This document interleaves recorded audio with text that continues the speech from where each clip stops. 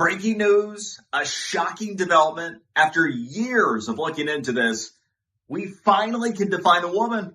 Yeah, that's right. Yesterday, the United Kingdom Supreme Court unanimously ruled that a woman is someone who was biologically born that way. It's amazing.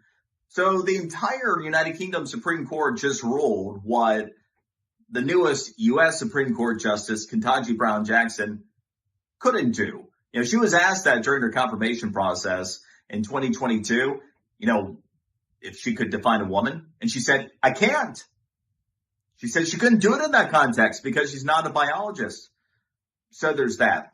Now, more seriously, not that that isn't, takes me to something else that just recently was uncovered. And that is the whole trans agenda that's been out there. People for years now have been playing into it. Maybe we're starting to see the tide change on this.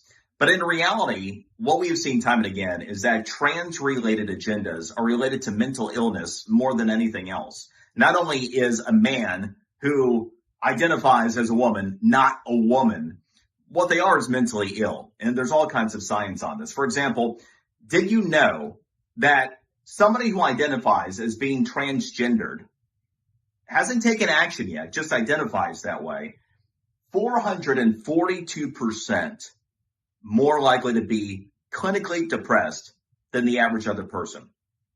But there is no more clinically depressed person, no more greater chance of becoming clinically depressed than to actually act on it, to take a procedure or procedures towards transgenderism. They are 962% more likely to be depressed and are more than twice as depressed, obviously, after they have taken action than even beforehand. This is clear evidence, and this was just published in the Journal of Sexual Medicine, of the mental health illness that way too many people around the world, including the newest Supreme Court justice, had been playing into. Two sides of stories, one side of facts. Those are the facts.